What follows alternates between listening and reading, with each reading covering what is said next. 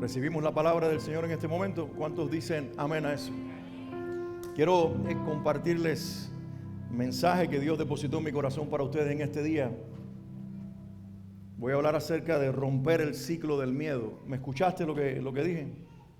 El mensaje se titula Rompiendo el ciclo del miedo. Y este tema es un tema en común a todas las personas. Todos los que estamos aquí, todos los que están afuera, la humanidad completa, hermanos, sin excepción, sin excepción. Y es muy importante que nosotros escuchemos esto, porque esto puede comenzar a liberarte desde esta declaración que voy a hacer ahora. Todos los seres humanos tenemos en común la experiencia del temor y la realidad del miedo. ¿Me entiende lo que estoy diciendo? Sí, no es un tema que toca a algunos y deja fuera a otros. Y por una razón obvia. Hubo dos manifestaciones de la caída y de la desobediencia del hombre y la mujer instantáneamente al ellos pecar. Vinieron muchas después, pero inicialmente se manifestaron dos, vamos a llamarlas así como el mundo las llama, pero nosotros las vamos a entender en otro contexto después. Instantáneamente Adán y Eva desobedecen y el pecado entra en la humanidad por la desobediencia de Adán, no de Eva, de Adán. No es que Eva no haya desobedecido, sino que el que pasó el pecado a la humanidad fue Adán. ¿Y por qué lo decimos? Porque lo dice Dios. En Adán todos pecamos, no dice en Eva. Eso no deja a la mujer fuera, eso dice que la responsabilidad primaria era del hombre. ¿Estamos ahí? Entonces, cuando el hombre mordió la fruta, mordió desobediencia. Él y la mujer se vuelven uno en el pecado y ocurren dos cosas, dos respuestas al pecado. La primera es vergüenza. Sintieron vergüenza el uno del otro, ¿verdad? Dice la Biblia, vieron su desnudez, que hasta ese momento no la habían visto, y sintieron vergüenza de a quien debieran recibir, número uno. Y número dos, escucharon los pasos del Señor en el jardín del Edén. ¿Y qué hicieron? Se escondieron. ¿Por qué razón? Adán, ¿dónde estás? Y sale detrás del árbol. Y dice, ¿por qué te escondes? Porque oí tu voz y tuve miedo. ¿Qué tuvo el hombre? Miedo. Hasta ese momento la palabra miedo no había aparecido. ¿Cuándo aparece el miedo? El miedo aparece cuando hay desobediencia. El miedo aparece cuando el pecado te dice que ya no te puedes acercar a Dios. Y eso es para aterrorizarte también. Cuando el pecado te dice que ya tu cercanía a Dios se rompió, aparece el miedo y de ahí todos los miedos derivados. Yo quiero hoy hablar acerca de romper este ciclo de miedo. Quiero establecer algunas cosas. Sube un poquitico más, un poquitito más. Quiero establecer algunas cosas para no sembrar falsas ideas.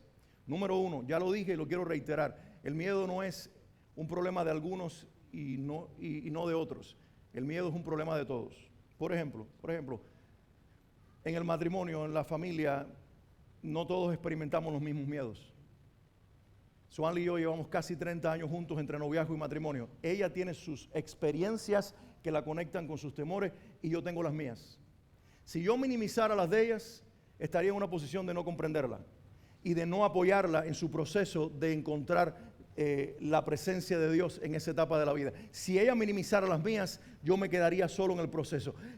La clave es entender, todos lo experimentamos, aunque no experimentemos lo mismo. Por eso yo no puedo decirte, deja la bobería, muchacha, ¿cómo tú vas a tener miedo a subirte allí? Porque yo me subo.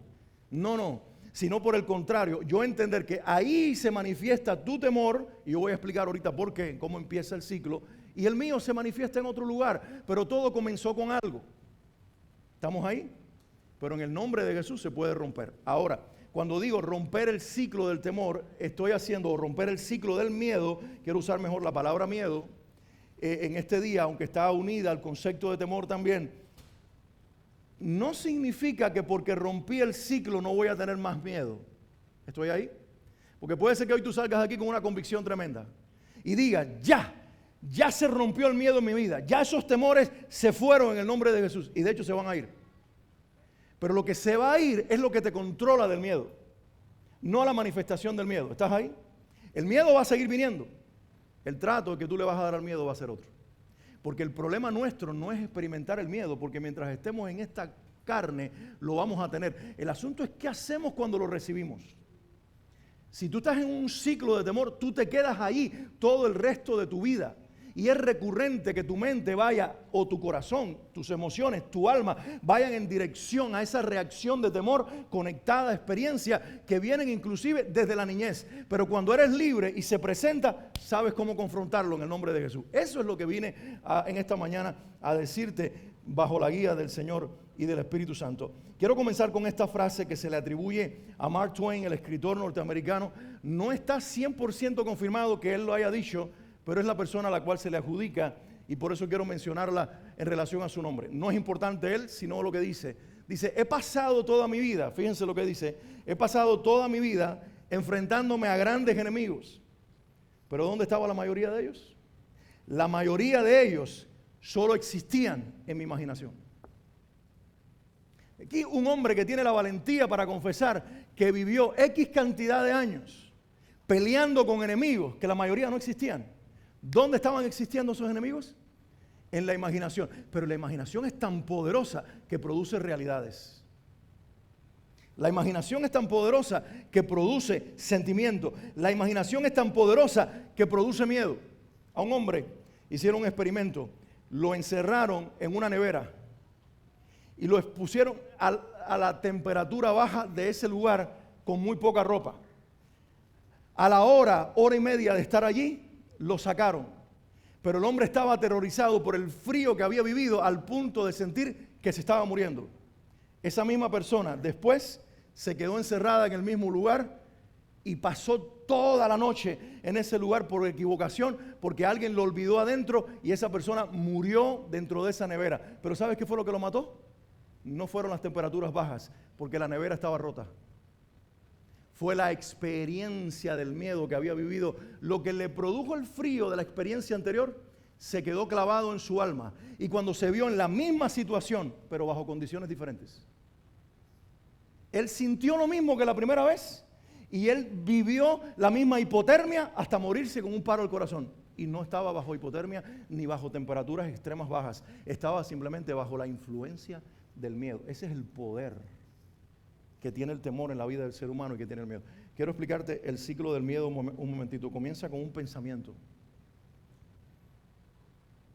Por ejemplo, si yo veo ahora una foto de un grano de café, se conecta con mi experiencia. Un grano de café va a producir un pensamiento. ¿Y qué creen que ustedes me va a conectar a mí un grano de café? Con una taza de café y con una experiencia gratificante. Pero ¿sabes cómo comenzó eso en mi vida? Yo soy una persona que me gusta el café. Yo huelo el café y ya yo estoy feliz. Pero ¿sabes cómo comenzó eso? Mi abuela, la mamá de mi papá, cocinaba conmigo aquí. No fue exclusivo mío. Somos 14 nietos y yo fui el número 14 y ella a los 14 se los clavó aquí y cocinó con ellos. Y cuando llego yo, hizo lo mismo. Y cuando yo iba creciendo, mi abuela me sentaba en una silla y me daba una jarra de borra. ¿Sabe alguien lo que es una borra? Es el café cuando que termina de filtrar en las cafeteras viejas que tenían los viejos en las casas, que es prácticamente agua, pero sigue siendo café, con un pedazo de pan en una jarra de metal, y me lo daba para que yo allí comenzara mi rutina de comenzar a vivir. Y aunque yo no lo entienda, en mi alma eso produjo una satisfacción. Porque no es el café, es con quien me conectó.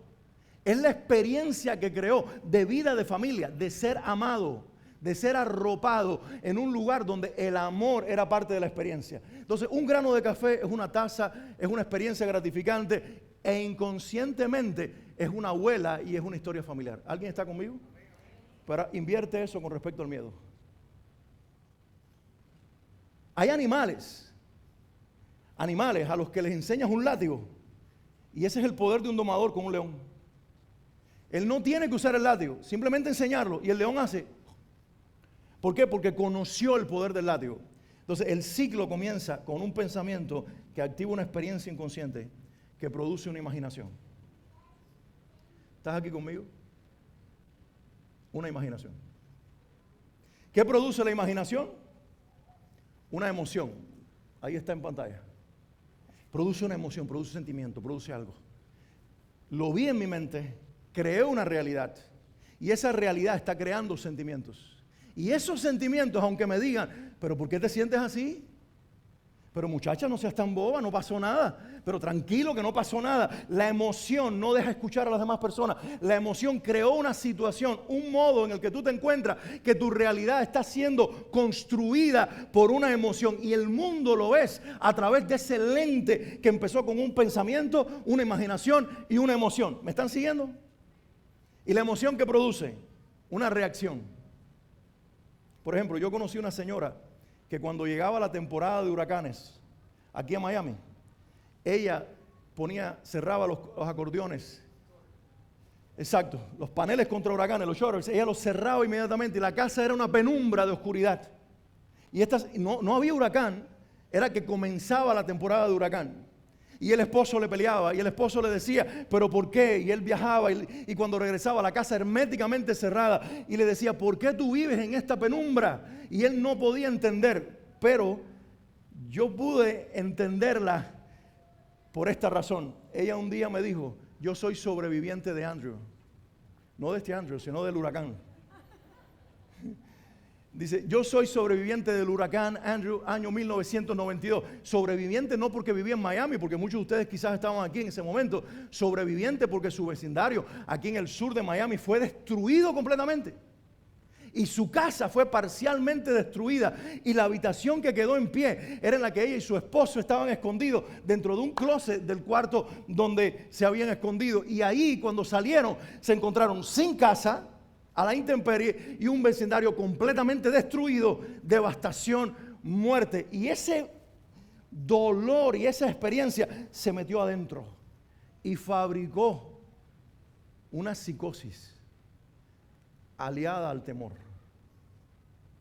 que terminó inclusive pasándole una factura física con una enfermedad. Porque la ciencia hoy dice que el temor se mete en los huesos. ¿Lo sabías? El miedo se mete y se expresa en el cuerpo. Y esta mujer terminó enferma. Quizás la causa principal fue por estar atada a un miedo que la controló. Yo no podía en ese momento decirle, pero cree en el Señor. ¿Dónde está tu fe? ¿Pero cómo es posible? No. En ese momento tenía que entender su realidad y con mucha paciencia acompañarla para en su proceso de temor ayudarla a que ella entendiera la palabra de Dios por sí misma y no impuesta, para ser liberada. Ahora, desde mi función como pastor, hoy te comunico la palabra de Dios y tú tienes la responsabilidad de recibirla y convertirla en vida o no. Y yo creo que primero que todo veamos Proverbios 29, 25. Mira lo que dice este proverbio. El temor del hombre, ¿qué pone? Pone lazo. Es decir, ¿qué hace el temor? ¿Qué hace el miedo? Te ata, te paraliza. Por eso, si tú le tienes miedo a las alturas, ¿aquí hay alguien que se identifica conmigo que le tiene miedo a las alturas? A ver, ¿cuánto le tienen miedo a las alturas? ¿Sabes dónde empezó el mío? Cuando yo tenía 5 o 6 años empecé a practicar gimnástica. ¿Y alguna vez alguien se ha subido a las anillas haciendo gimnástica? Ustedes no, porque no lo han practicado. Las anillas son esos aros que tú subes en ellos y comienzas a suspenderte en el aire para dar un salto y caer de pie. Bueno, me enseñaron bien pequeño, al primero me sostenían los entrenadores mientras yo daba el salto y caía, pero ellos eventualmente te van dejando para que tú hagas la caída por ti mismo y experimentes lo que significa hacerlo y caer. Bueno, un día yo caí de ese aro, nadie me estaba sosteniendo y el golpe fue tan tremendo y aterrador que yo le tengo miedo a las alturas. ¿Y saben por qué? Porque está conectado a aquella experiencia en la cual yo con 6 años pensé que me iba a morir y sentí que mi cuello se me había roto completamente cuando caí aquella lona. Y era una lona, pero el impacto fue tan tremendo a la altura que caí que mi cuerpo rebotó prácticamente. Y la experiencia, ¿dónde se metió? En mi alma. Por eso no me invites cuando estemos en un parque de Disney a subirme en un roller coaster, en una montaña rusa. No voy a ir contigo por la sencilla razón de que está conectado aquí adentro. Pero rómpelo. ¿Dónde está tu fe? ¿Me entiendes? El temor del hombre, ¿qué pondrá? Más el que confía en Jehová. Más el que confía en Jehová. Vamos a entender lo que el texto dice y vamos a entender lo que el texto no dice. ¿Está bien? Yo quisiera que Dios diera luz un momentito a este proverbio. No es el único que voy a ver. Pero lo primero que quiero es que Dios muestre lo que Él está diciendo. Número 1, el temor nos ata. Y cuando aquí está describiendo al hombre, no está diciendo el hombre incrédulo, está diciendo el ser humano, no está diciendo el hombre varón y la mujer no, está diciendo el ser humano, ¿se entiende? Y no está diciendo el hombre que no cree, está diciendo el ser humano en general. Cualquier persona, crea o no crea, en el momento que hace alianza con el miedo, queda enlazado. En el momento que hacemos alianza con cualquier expresión del miedo, quedamos atemorizados, quedamos paralizados, quedamos en una condición donde en esa área de nuestra vida estamos como atados. Ahora dice el texto que el que confía en Jehová será exaltado. ¿Ven el contraste? Pero es un contraste que si no se entiende con la dirección del Espíritu Santo es peligroso y puede sembrar culpa. ¿Por qué digo esto? Porque entonces pareciera que el texto, Salomón o el Espíritu Santo a través de él, está diciendo que hay dos categorías de seres humanos. Que están unos que son los que temen y que están otros que son los que confían. Y dice, el grupo de los temerosos y el grupo de los confiados. Y eso no es lo que está diciendo el texto. El texto lo que está diciendo es, porque está en conexión con toda la Biblia, que el temor es intrínseco al ser humano. Todo ser humano en medidas mayores o menores teme, siente miedo. En una u otra experiencia tiene temor. ¿Alguien está conmigo? Pero ¿dónde está la diferencia de algunos con respecto a otros? Que aun cuando temen o cuando temen, confían. ¿Qué dijo el salmista? El padre del que escribió este proverbio. El día que temo. ¿Alguien escuchó? El día que temo, yo en ti confío. Y ahora se une con este proverbio. El que confía no es porque no teme. El que confía es porque el día que teme, también confía. ¿Alguien está aquí conmigo? Porque tú puedes caer en culpabilidad cuando experimentes miedo y decir, soy una clase de creyente inferior, que pertenece a un grupo que no tiene fe como el otro, que parece que es un superhéroe. Y puedes verme a mí como el pastor superhéroe, porque a lo mejor hablo desde la palabra, desde la autoridad de la palabra, y tú dices, él no le tiene miedo a nada, es un superhombre. Mentira. Mi humanidad es igual a la tuya, y lo único que tú puedes ver diferente es el poder de Dios, refiriéndonos a Él para que lo veamos como la fuente de nuestra libertad y de nuestra bendición. Uno solo puede, y se llama Cristo Jesús. Uno solo conquistó los temores y se llama Cristo Jesús. Aleluya. El temor del hombre pondrá lazo, mas el que confía en Jehová será exaltado. Miren, mis hermanos, esta pregunta, ¿y si? ¿Y si no puedo? ¿Y si no viene? ¿Y si no me pagan?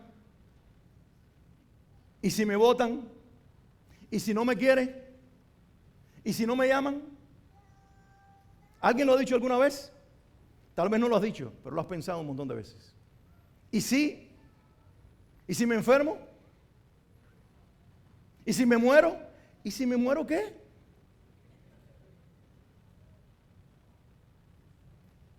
Yo tuve una experiencia una vez, una de las pocas que he tenido en mi vida, de sentir y de ver una presencia demoníaca en mi habitación. Aterradora. No cuento esto con mucha frecuencia, pero ahí estaba un ser inmensamente alto y grotesco que demostraba mucho poder. Y yo entré en pánico. Y después que pude superar el temor, pude hacer una oración. Literalmente yo sentía que me quería matar esa persona, ese ser, esa potestad, porque era una potestad. Y cuando yo entro en ese estado de pánico y logro salir de esa situación en la que estaba, le digo, Señor, ayúdame. ¿Saben qué hizo el Espíritu Santo? Me recordó un versículo de la Biblia. No tengas temor al que puede matar el cuerpo, sino más bien teme al que tiene poder de echar tu alma en el infierno. Y eso fue lo único que dijo Dios. Yo le oré, ayúdame, y Él me recordé algo. Este ser vino para matarte y puede hacerlo. Pero si tu temor se transfiere de Él a mi persona, Él no te puede matar. El miedo a un ser es aterrador. El miedo a una circunstancia es aterradora. El miedo a algo en tu vida puede destruirte, pero cuando cambias miedo por temor, cuando cambias, y por eso estoy hablando de miedo y no de temor, porque miedo es la expresión de nuestra carne rota y desconectada de Dios. Pero voy a usar temor en este sentido. Temor es mi expresión de gratitud a un Padre que tiene todo el poder del universo, que tiene el poder de destruirme, pero que decidió construirme, que tiene el poder de echarme fuera, pero me recibió en su presencia, que tiene el poder de matarme y me llenó de vida, que tiene el poder de hacer con mi vida lo que Él quiere. Y cuando tú transfieres miedo a temor, lo quitas del demonio, de la circunstancia, del problema y lo mueves a Dios, tú en ese momento te llenas de una autoridad que le puede decir a cualquiera y a cualquier cosa: en el nombre de Jesús, vete de mi vida, porque yo estoy confiado y estoy anclado en este hombre de la cruz que venció y resucitó al tercer día, victorioso y poderoso. Entonces, ese y si no es fe, es ansiedad anticipada. Y si me votan, y si no me pagan, y si no me quiere.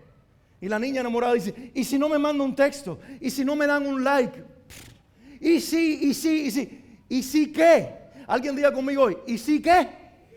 Y si te votan, te darán otro trabajo. Y si no te pagan, Dios te proveerá. Y si te enfermas, Él te sanará. Y si Él lo resolverá en el nombre de Jesús.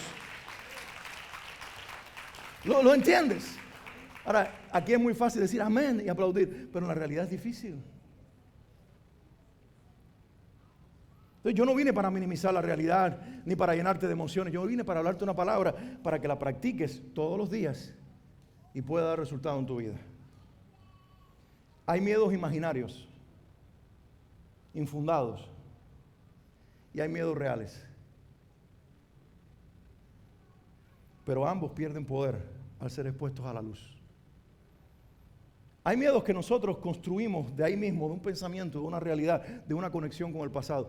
Son falsos, no existen, pero tienen poder en nuestra mente y en nuestras emociones. Son tan reales que producen reacciones. Y hay miedos que verdaderamente son reales. Son personas que nos quieren hacer daño, o son espíritus que nos quieren hacer daño. Ambos son realidades. Y está el miedo infundado y real, y el miedo real que existe. Y ambos producen resultados en nuestras vidas. Pero mis hermanos, ambos son vencidos cuando nosotros los exponemos a la luz. ¿Me escuchaste? ¿Me escuchaste? Mira lo que dice el Salmo 27, versículo 1. Jehová es mi luz y mi salvación. ¿Alguien lo quiere leer conmigo? Lo leemos juntos. Jehová es mi luz y mi salvación. Y la pregunta es: Jehová es la fortaleza de mi vida. ¿Y luego qué dice? Léelo una vez más, léanlo ustedes en alta voz.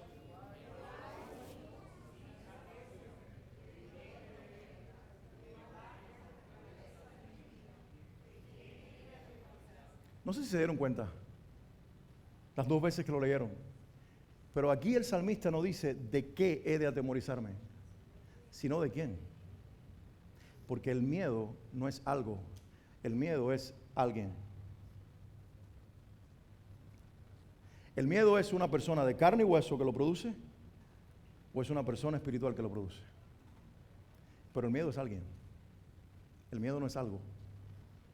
Y el salmista, bajo la dirección del Espíritu Santo, tiene una pelea real con enemigos de carne y hueso que están en el Salmo, que a su vez están siendo manipulados por el enemigo espiritual que lo quiere muerto, que es el diablo mismo, y él entonces no cae en el juego humano de poner al miedo en una categoría de algo. ¿Qué hace la ciencia? ¿Qué es el miedo? Es una emoción más. Ok, cuando el miedo es una emoción, y esto es muy importante que lo entienda, cuando el miedo es una emoción mía, ¿a quién le pertenece? A mí. Pero cuando el miedo es alguien que lo produce, ¿a quién le pertenece? A él. ¿Estás conmigo? Entonces, mientras yo siga diciendo, sí, el miedo es el resultado de que se rompió la comunión con Dios, pero ¿de quién tuvo miedo Adán? No tuvo miedo de qué, tuvo miedo de quién. ¿A quién le tuvo miedo Adán? A Dios, porque escuché tus pasos y tuve miedo de ti, un miedo infundado por el pecado. Pero se dan cuenta que no era un miedo de algo, no fue miedo de la fruta que la mordí y ahora tengo miedo que me muerda, no es miedo de la serpiente, no es miedo de nada ahí en el Edén, es miedo de alguien, de Dios. Y de la misma manera, el miedo siempre tiene que ver con un quién. Y por eso dice el salmista: Jehová, ¿qué es? Mi luz y mi salvación. ¿Qué pasó cuando el hombre Adán comió la fruta? ¿Qué comió? ¿Qué comió con la fruta prohibida? Comió pecado. ¿Qué más? ¿Qué más? Desobediencia, pecado. ¿Saben qué más comió? Se los voy a decir. Comió tinieblas. Comió tinieblas, comió oscuridad. En ese momento se apagó la luz del ser. El ser humano dejó de ver como veía. Dejó de ver a Dios como lo veía. Y comenzó a sentir terror de la persona equivocada, que era a la que debería acercarse. Por eso yo decía, transfiere y convierte tu miedo en temor. Tu miedo a alguien, persona de carne y hueso o demonio, transfiérelo al temor de Dios, porque el pecado hizo que el hombre le perdiera el temor a Dios y le pusiera miedo a Dios. El ser humano ahora estaba en tinieblas y no podía ver a la persona correcta de la manera correcta, sino que comenzó a ver de una forma distorsionada a su Padre Celestial. La comunión se había roto, pero el Padre estaba en el mismo lugar, el Padre estaba caminando en el mismo jardín, el Padre estaba hablándole a él una vez más. El Padre no dejó de caminar en el jardín, el Padre no dejó de hablarle a su Hijo. El que se escondió fue el hombre, el que vio a Dios diferente fue el hombre, porque el pecado distorsiona la imagen de los santos y te mete el miedo como algo que no es tuyo para que lo hagas tuyo. Pero ¿qué es el Señor?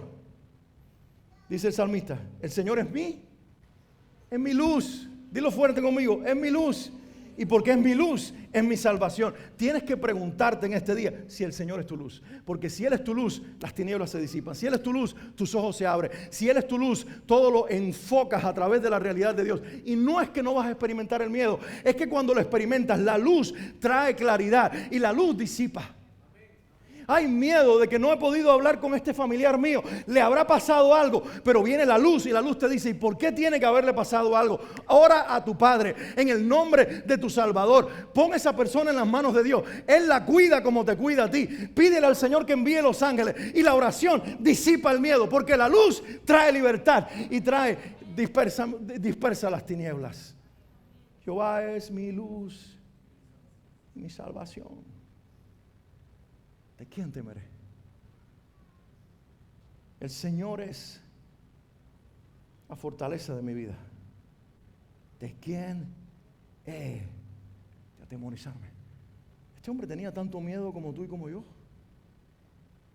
Pero su miedo no lo alejó de su Dios. Su miedo lo acercó a su Padre.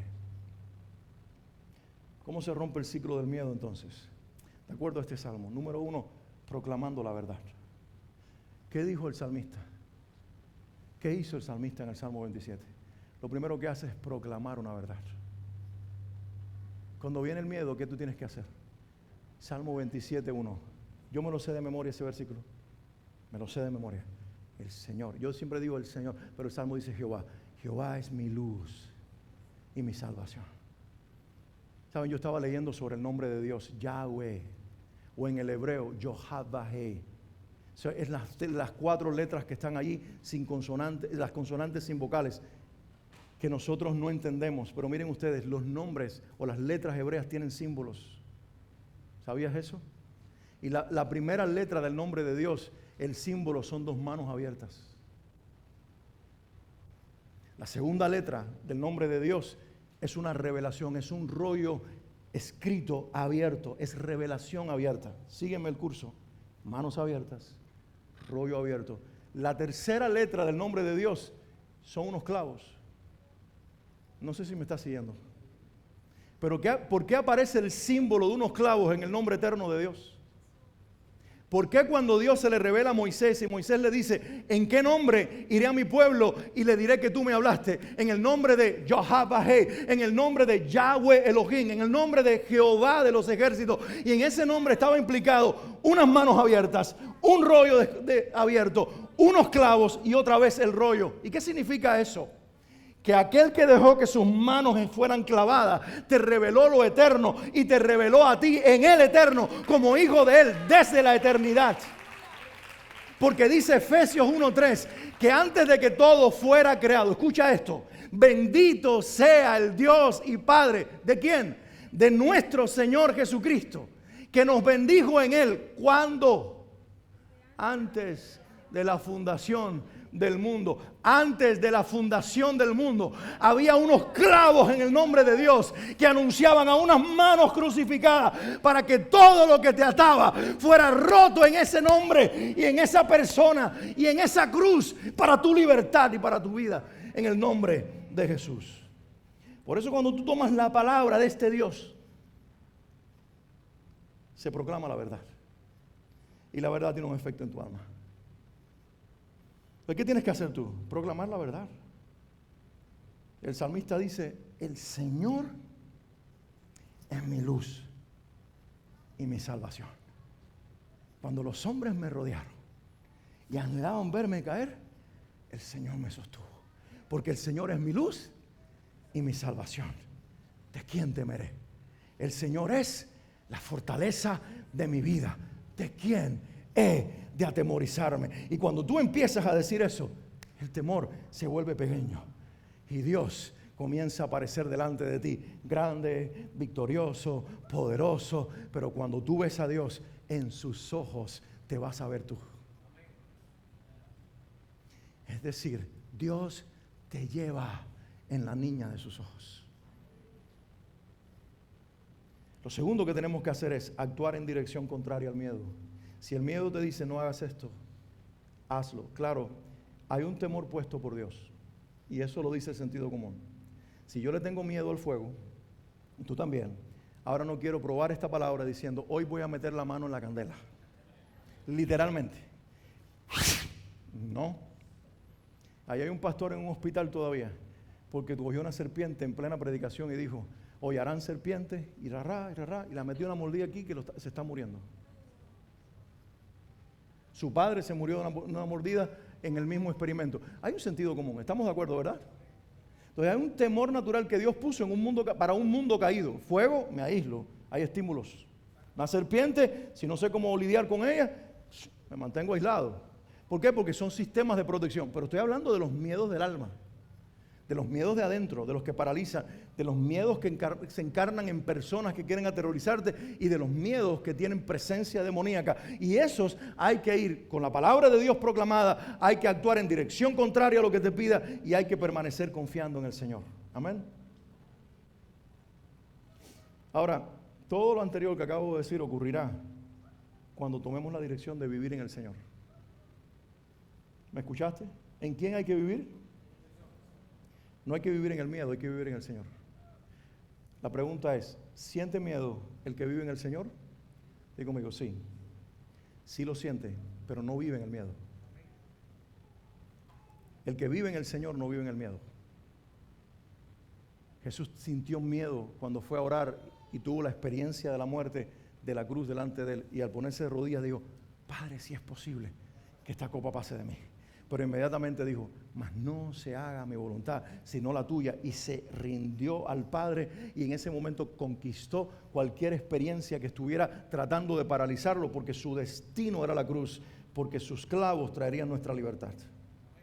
Volvamos al mismo Salmo 27, versículo 4, dice, una cosa he demandado a Jehová, esta buscaré. ¿Alguien lee ahí lo que sigue? ¿Que esté dónde?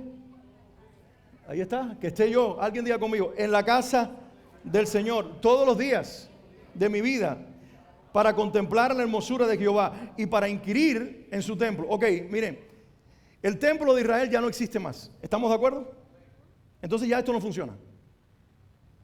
Si el templo es la presencia, ya no funciona. Si el edificio de una iglesia es la presencia, no estamos nosotros, pero en problema, porque este auditorio mañana es el auditorio de una escuela. Y no podemos estar aquí, nos van a echar fuera. Pero una cosa ha demandado Jehová, que esta buscaré. ¿Que esté dónde? ¿Qué tal si cambiamos la palabra casa de Jehová por presencia de Jehová? Porque la casa es una habitación. La casa es una habitación. ¿Saben? Jesús nació en un pueblo que se llama Betel. ¿Sabe qué significa Betel? Casa de pan. Jesús nació para decir, la casa del pan llegó a ustedes. No solamente es provisión temporal y humana, es provisión eterna. Vengan a vivir en la casa. vengan a vivir en mí. El que vive en Cristo está en la presencia y yo puedo contemplar la hermosura de Dios desde la realidad de mi experiencia y de mi vida en mi Salvador, porque Él es mi luz y mi salvación. ¿De quién temeré? Oh Señor, demando una cosa: al experimentar el poder de la victoria sobre el temor, no quiero invocar al que viene, quiero vivir en el que lo hace. ¿Notas la diferencia? Ahora sigue el salmista diciendo algo. Versículo 5 del Salmo 27. Porque Él, ¿por qué quiero vivir en su presencia y contemplar su hermosura todos los días? Sigue el versículo diciendo, después del 4, el 5 dice: porque Él me esconderá en su tabernáculo en el día del mal. Me ocultará en lo reservado de su morada. Sobre una roca me pondrá en alto. Esta mañana yo me levanté y el Señor empezó a hablarme acerca de dos personajes de la Biblia para mostrarme una realidad similar con dos experiencias diferentes. Me mostró a David y a Elías, ambos en una cueva.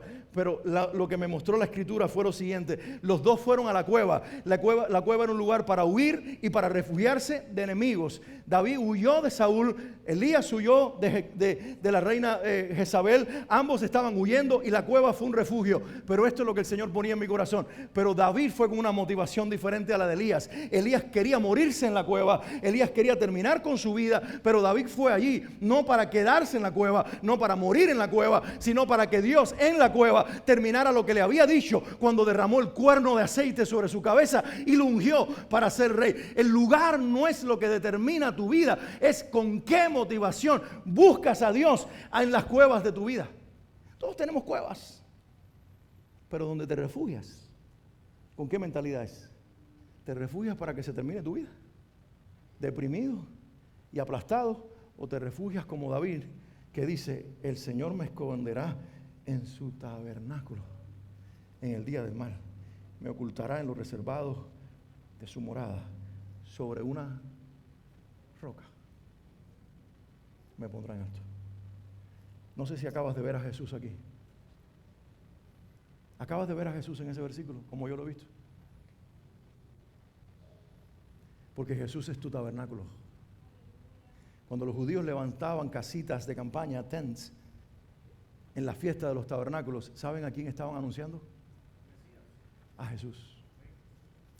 Cuando la Biblia dice y menciona la palabra roca, ¿a quién tú crees que se está refiriendo? Dice: mira, Pedro, bien has dicho, no te lo reveló carne ni sangre. Pedro, piedrita, porque es verdad todo lo que acabas de decir. Y a ti te digo, escucha esto ahora: yo edificaré mi iglesia ¿sobre quién está edificada la iglesia? Sobre el tabernáculo, la roca, la presencia, la luz, la salvación, la persona de Jesucristo. ¿Y en dónde hay salvación? Di conmigo: en Cristo. ¿Quién es nuestra luz? Cristo. ¿Quién es nuestro refugio? Cristo. ¿Quién es la presencia? Cristo. ¿Quién destruye a tu enemigo?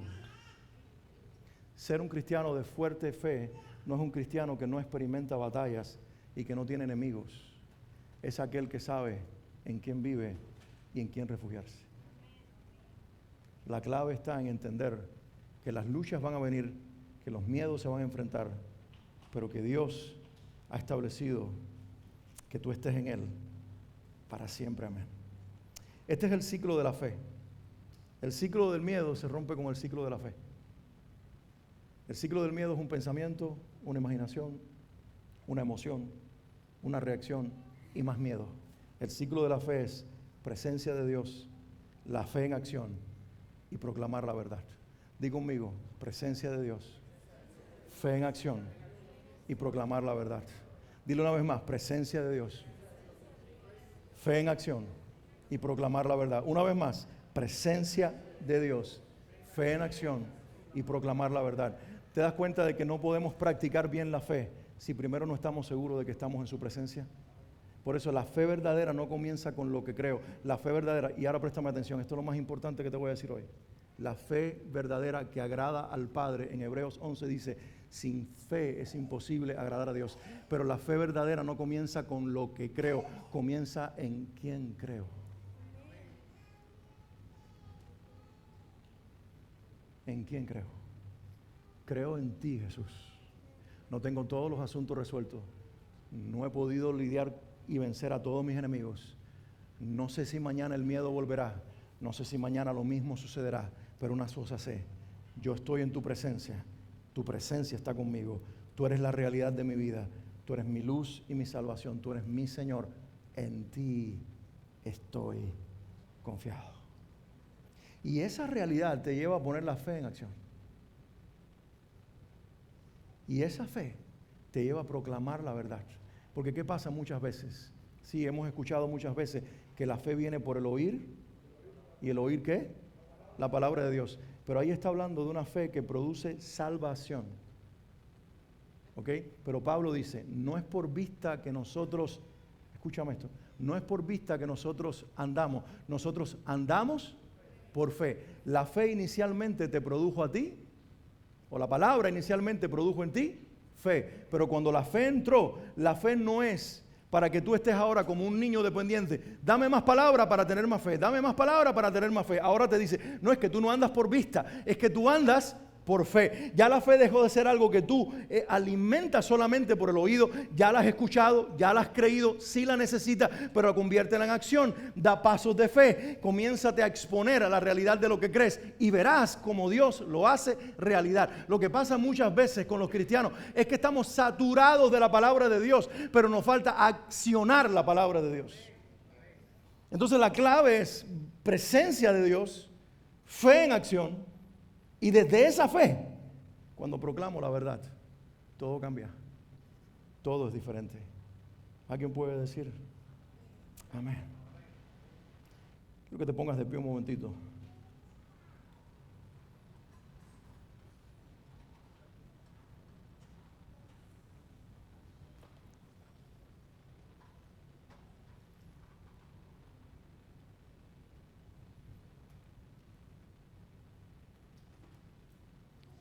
Quiero que toda la iglesia diga conmigo el Salmo 27:1. Jehová es mi luz y mi salvación. Y ahora di bien fuerte, ¿de quién temeré? Jehová es la fortaleza de mi vida. ¿De quién he de atemorizarme? Jehová es mi luz y mi salvación. ¿De quién temeré? ¿Cómo se llama tu enemigo? Ponle nombre. Ponle nombre a tu enemigo. Nómbralo. Y una vez que lo nombres, llama un nombre más alto.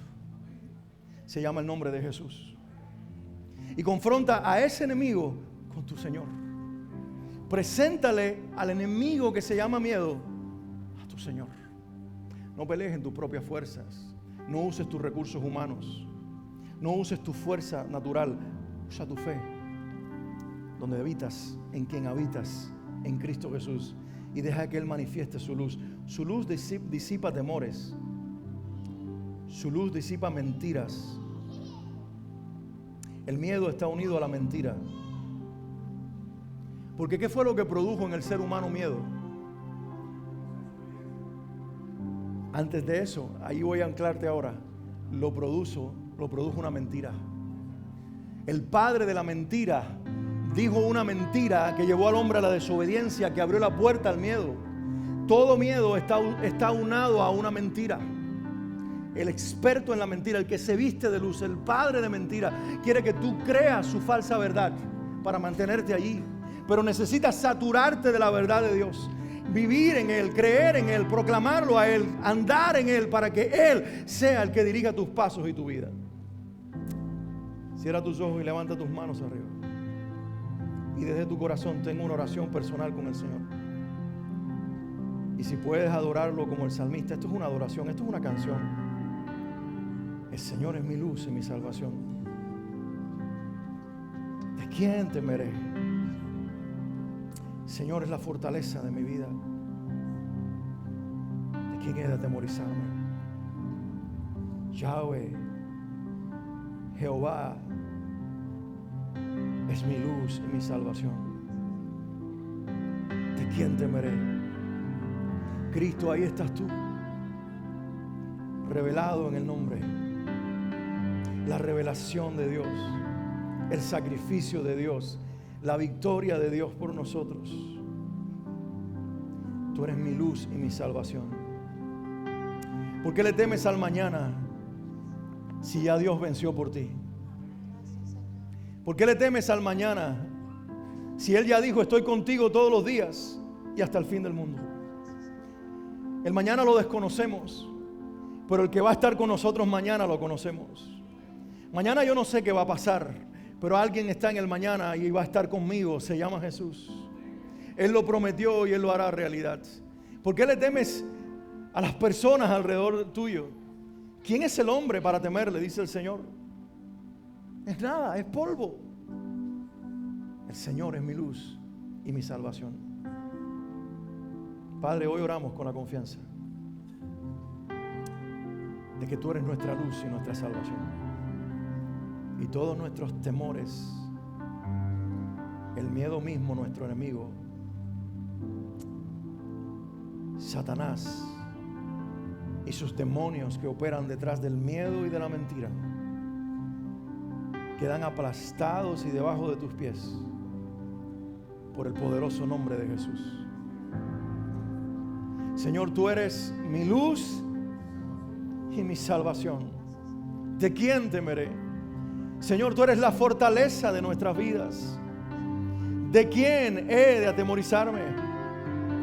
Cuando se juntaron contra mí los malignos, todos tropezaron y cayeron. El Señor es mi luz y mi salvación. El Señor es la fortaleza de mi vida. Aleluya. Dios mío, gracias. Sostén a tu iglesia. Fortalece a tu pueblo. Manténnos en la fe. Déjanos vivir una fe activa y práctica y proclamar tu verdad todos los días de nuestra vida. Amén y amén.